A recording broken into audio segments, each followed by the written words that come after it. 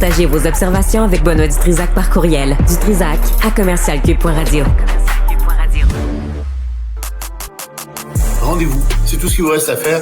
Rendez-vous! Des appels au génocide! Ils sont tombés sur la tête. Vous n'aurez pas mon 100 millions de dollars. Cruel, horrible, inhumain. Qu'est-ce que c'est que ça? Un politologue pas comme les autres. Loïc Tassé. Loïc, bonjour. Bonjour, Benoît. Écoute, en fin de semaine, là, manifestations pro-palestiniens, pro-Hamas, anti-israéliens, je ne sais plus comment les nommer, partout à travers le Canada. Là. Je ne sais pas si tu as vu ça à Edmonton, Calgary, Toronto, Ottawa, Montréal. Mais, tu sais, vraiment, avec des prières devant le Parlement, ça n'arrête pas, là. Regarde ça, c'est magnifique. C'est assez horrible de voir que des gens soutiennent le Hamas. Je comprends qu'ils soutiennent la Palestine, mais pas le Hamas. Et je comprends pas non plus qu'on fasse des prières comme ça. Je pense que la religion est vraiment problématique. Ce sont des fondamentalistes religieux. Il n'y a pas que les musulmans qui sont des fondamentalistes religieux. Il y a aussi d'autres religions qui ont des fondamentalistes religieux. On en a de plus en plus ici. Et il y a une guerre à faire contre le fondamentalisme religieux. Malheureusement, le gouvernement ne l'amène pas. Les politiciens ont une peur incroyable de parler de n'importe quel sujet religieux. Et donc, c'est des commentateurs comme toi, comme moi, des chroniqueurs dans les journaux qui en parlent. Mais les politiciens sont effrayés comme tout d'en parler. Et c'est bien dommage parce que malheureusement, il y a de plus en plus de fondamentalisme religieux. Et si on ne dénonce pas ça, si on n'explique pas ça, ben ça va continuer, puis ces gens-là vont se croire tout permis. J'ai des exemples dans mon entourage proche de gens qui se font intellectuellement défier par des fondamentalistes religieux qui trouvent que les femmes doivent pas avoir les mêmes droits que les hommes, etc. Là, c'est l'ensemble des stupidités de ces gens. Mais ça, il faut pas le dire. Faut pas dire que c'est stupide. Faut pas parler de ça. Non. Ouais. Non, mais c'est pas vrai. Moi, je vais pas endurer ça, puis je vais pas le laisser aller Non, ça. pas non plus. Puis si tu penses que les petites filles ont pas les mêmes droits que les petits gars, et que les femmes ont pas les mêmes droits que les hommes, la porte est là.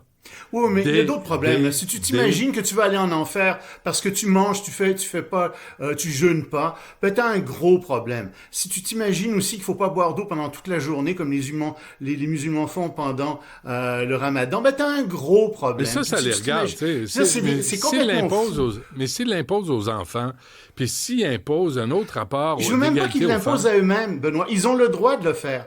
Mais moi, j'ai le droit de leur dire, c'est dingue. Ça n'existe pas, tout ça. Vous êtes manipulés, mes amis. C'est de la grosse manipulation. Tu sais, la sexualité et l'estomac sont deux des principaux instruments de manipulation des chefs religieux, toute religion confondue. Et je dis aux gens, libérez-vous. Je dis aux musulmans, libérez-vous, accédez à un islam moderne. Je dis aux chrétiens, libérez-vous, allez vers une chrétienté moderne. Laissez-vous pas enfermer dans de fausses croyances religieuses. C'est ça que je dis à ces gens. Et quand tu dis ça, là, ils disent, oh, vous êtes anti-islamiste, vous êtes anti-chrétien, vous êtes anti... Non, je suis pro-humanité et je suis contre la manipulation. Les jeux fastidiques, pareil. C'est pareil, toute la gang. Pareil.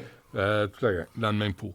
Ce qui n'empêche pas de dire qu'il y a quand même de graves problèmes en ce moment en Palestine, surtout dans la bande de Gaza, et que les gens ont raison de descendre dans la rue en ce moment pour ça, parce que ce qui se passe est affreux. Les médias américains en parlent très peu de ça aux États-Unis, mais nous on en parle parce que ce qui est en train de se passer est absolument détestable à Gaza. Ce qui est en train de se passer, c'est que toute la bande frontalière entre Gaza et Israël, un tiers du territoire, est devenue un no man's land, c'est-à-dire une zone inaccessible à n'importe qui. Les soldats tirent à vue sur n'importe qui voit dans cette zone-là. Femmes, hommes, enfants, combattants, peu importe. Ils tirent là-dessus sur les gens. Donc, un tiers ôté.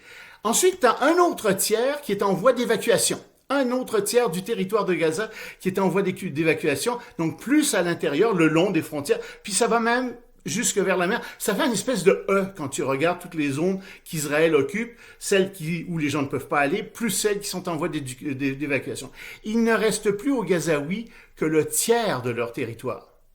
Et l'armée israélienne dit « Ah ben oui, mais c'est parce que la Hamas s'est reconstituée. Ils sont redevenus 40 000 combattants. » Oui, mais ils n'ont pas été attaqués une seule fois depuis un mois. Puis oui, c'est où est-ce qu'ils sont, là? Ouais, Puis dans la rue? Là, arrête ça, là.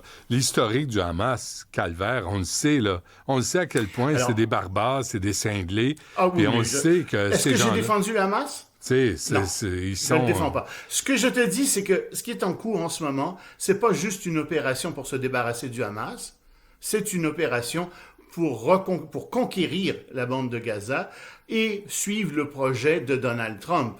C'est ça qui est en cours. Les gens à Gaza, les Gazaouis, ont manifesté contre le Hamas. Puis on les aide pas, là. On les laisse pogner là-dedans. Fait que là, c'est une situation... c'est leur territoire. Ils sont chez eux à Gaza. C'est pas un territoire israélien. C'est pas un territoire qui appartient aux grands magnats de l'immobilier international. Non, c'est un territoire gazaoui. Alors, ils ont raison de descendre dans la rue pour ça. Malheureusement, il y a le Hamas qui s'en mêle. Malheureusement, avec le Hamas arrive le fondamentalisme religieux. Et ça, c'est détestable. Mais c'est un ressort très, très puissant pour mobiliser les gens. Et quand tu attaques la religion, ils se sentent attaqués eux-mêmes. Alors que c'est pas du tout le cas. Mais il faut rappeler que le 7 octobre 2024, c'est le Hamas qui a attaqué Israël. Puis là, maintenant, ils peuvent pas venir pleurnicher. J'ai perdu la guerre. Mais c'est à toi de pas commencer. Non, ils ont perdu la guerre, très clairement. Et je vois pas très bien comment les Palestiniens de Gaza et même de Cisjordanie vont s'en sortir, parce que malheureusement, comme tu dis, je crois qu'ils ont perdu la guerre, puis c'est malheur aux vaincus. Comme disaient les Gaulois aux Romains, vae victis, malheur aux vaincus. Ouais. Et ça, là, c'est terrible, mais c'est ça la réalité. Bon, et pendant ce temps, Loïc, les États-Unis offrent quoi à l'Arabie Saoudite? Coopération dans le domaine nucléaire, pacifique, ça va de soi. Parce que tout le monde sait, chacun sait que l'Arabie Saoudite manque d'énergie. Ils n'ont pas assez de pétrole pour faire tourner leur économie, etc. Donc, on leur offre une belle coopération nucléaire avec de l'uranium enrichi. Oui, mais sais-tu qu'il y a un centre de recherche nucléaire qui existe dans le désert d'Arabie Saoudite depuis des années, qui a été créé, que c'est l'Arabie Saoudite qui a fourni les plans de développement de la bombe atomique au Pakistan, donc ils ont ces plans-là. Est-ce que tu crois vraiment que l'Arabie Saoudite veut développer le nucléaire pour des fins pacifiques? Moi, je crois pas, c'est bizarre, hein? Est-ce que j'ai un choix de réponse à ça, moi, ou... Répondre ce que tu veux. C'est un quiz ou c'est une question piège? Non, c'est ni un quiz, ni une question piège. C'est plutôt bande de caves. Qu'est-ce que vous êtes en train de faire, là? Non, le pire, c'est que l'Iran aussi, fait que l'Iran, l'Arabie Saoudite, se détestent. Ça aussi. S'envoyer des nucléaires sur l'Iran aussi est en négociation avec les États-Unis. Des négociations à Oman qui se sont très très bien passées samedi dernier. Les deux parties n'avaient que de bons mots chacune l'une pour l'autre. Parfait. Ils vont se rencontrer encore. C'est merveilleux. Mais moi, je vois pas l'Iran arrêter de s'armer et arrêter son programme de bombes nucléaires. Je vois vraiment pas ça arriver. Remarque que là-dessus, je suis d'accord avec Netanyahou. En effet, ça s'en va dans cette direction-là pour lui aussi. Bon, et il y a des gens qui voyagent au Vietnam. Oui, en fait, des kidam. Je sais pas pourquoi j'en parle. Un certain Xi, c'est quoi son prénom déjà? Jinping, oui. Qui est rendu là. Et Xi Jinping, évidemment, fait ça parce que les États-Unis ont imposé des tarifs à la Chine. Et il veut montrer qu'il fait quelque chose. De l'avis de beaucoup, la Chine a été un peu surprise par ces tarifs. Je te dirais que le reste du monde aussi a été relativement surpris. Mais la Chine, en ce moment, a ce problème considérable. Et Xi Jinping n'est pas aimé dans la population. Il n'est pas considéré du tout comme un grand économiste, plutôt le contraire.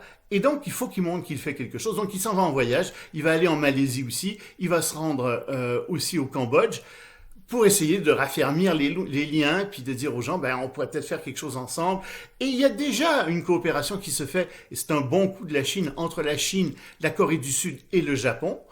Mais qu'est-ce qu'ils peuvent faire de plus? Ce qu'ils peuvent faire de plus, c'est empêcher, ça c'est grave, ils peuvent empêcher l'exportation de terres rares. Ils viennent de décider ça il y a quelques jours. Il n'y a plus de terres rares qui s'en vont vers les États-Unis, ni non plus vers un certain nombre d'alliés des États-Unis. Et ça va faire très très mal aux États-Unis et aux alliés, donc nous aussi. Mais si tu veux, les Chinois sont un peu mal pris avec ça parce que, comme je te l'ai déjà dit, ils ont des surplus énormes, il faut qu'ils les écoulent, et ils se demandaient s'ils pourraient pas peut-être arriver à faire passer des produits chinois pour des produits vietnamiens ou cambodgiens. Mais tu vois, là-dessus, les États-Unis sont très, très vigilants, et je pense pas que ça fonctionne. Made in Vietnam, désormais. C'est à ça que ça va ressembler. Oui. Merci, Loïc. On se reparle demain. And around, oui, c'est ça. Salut.